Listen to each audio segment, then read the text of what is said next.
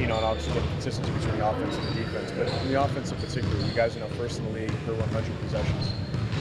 What do you see that just shows the growth of this offense game to game? Well, one, moving the basketball, and again, I know it's simplistic. Guys we have quite a few guys now that are in pretty good offensive rhythm, making shots. There's nothing like making shots, and guys are on a tear now, making shots, and knock on wood, and hopefully continue that. But the other thing is that, the understanding the continuity of guys, knowing the familiarity of knowing where each other is going to be in that position. A couple of times last night we made blind passes to spots and guys were there. And that comes from playing together, knowing each other, knowing what you're supposed to do on the offensive, and pretty good spacing. What went into your decision to change the lineup out of the half last night? Well, again, the size of Embiid and Okafor had something to do with it. I thought, Pat was doing a good job of pushing, getting into Embiid's body, and using that old man strength. Again, it was a feel. There wasn't anything that Pascal had done particularly wrong.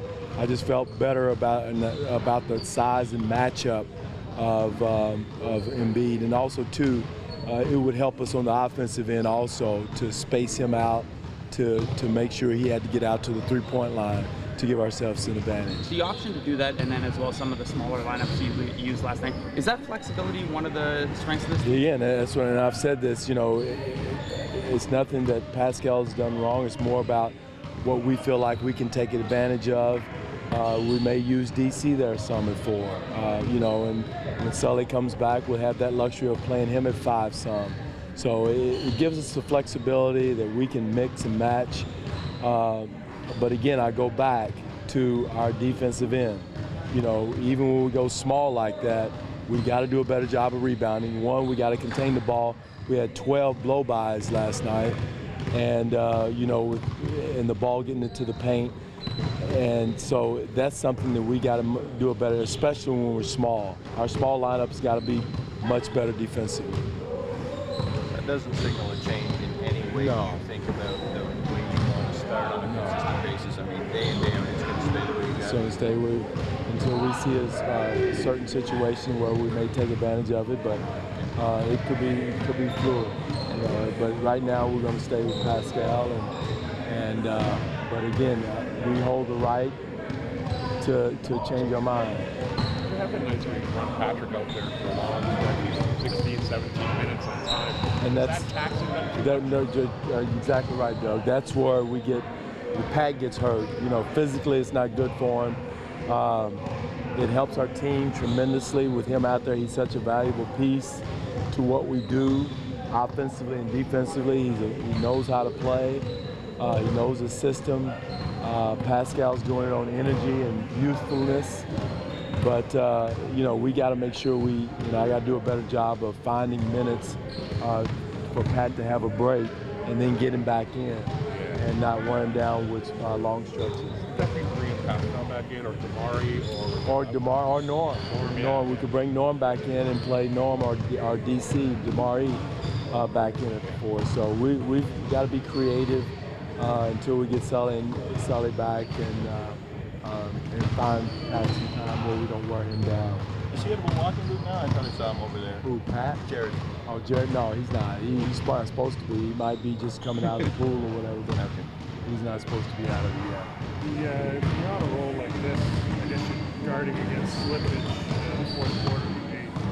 Having to find his slippage last night. Oh, it's huge, Michael. We turned off the Jets. We had a 20-point lead, turned off the Jets. We were wanting to probably 2 possessions, get Kyle out, and then all at once we have miss some shots. They go down and get a 3, get a layup, and now they start feeling good about themselves. He was getting ready to sub his guys in. He pulls them back to his bench, and so now you give yourself a ball game. When you lose focus like that, press offense, getting a 4-second, 5-second count on the side. All those things add up and you lose your focus. And again, it's human nature. Our guys, I thought, were playing hard, but I thought we lost focus down the stretch in the fourth quarter. As well as you guys have played and record-setting offensive efficiency on and on, is that maybe something you're really fighting against? No. Last night was hopefully an aberration or anomaly in that situation, just because of the fact that we had a 20-point lead. I was worried about human nature. You know, sometimes we look at teams' records and come out and sleepwalk. If you remember last year, they had us down 12-0 at their place. And so I was more worried about that at the beginning than I was at the end. And human nature, and you know, I got to do a better job of giving a new rotten speech in the fourth quarter. How's the Dwane Iron Horse? We'll see. He's still sore. Don't know yet. I think he got kneed or bumped in the, what game was that? In the Milwaukee game. I think Brogdon was coming around the screen and that bumped knees or something coming around the screen. He didn't feel it that night. He felt it the next day. And he was really tender. And all the MRIs were negative and the x-rays were negative. So, you know, hopefully we get it back. It depends on how much, you know, his pain tolerance. Well, health has been an issue, and I don't know if it's pain tolerance or it seems to take a long time for him to get back. Is that a concern? Well, no. I think he's gotten over that. I think he's gotten over that hump. I think this is the longest Lucas has played, and he had been playing very well, you know. And again, he kind of solidified that spot over Pirtle. There for a while, he and Pirtle were battling for that position. And so, but I thought he had solidified that at that time. He'd been blocking shots, manning the lane, rolling to the basket, kicking the ball, doing an excellent job. And then his bugaboo comes back and gets him. I don't think this is something that is, you know, this is a legit, you know, injury. So hopefully he bounces back and gets back to where he was.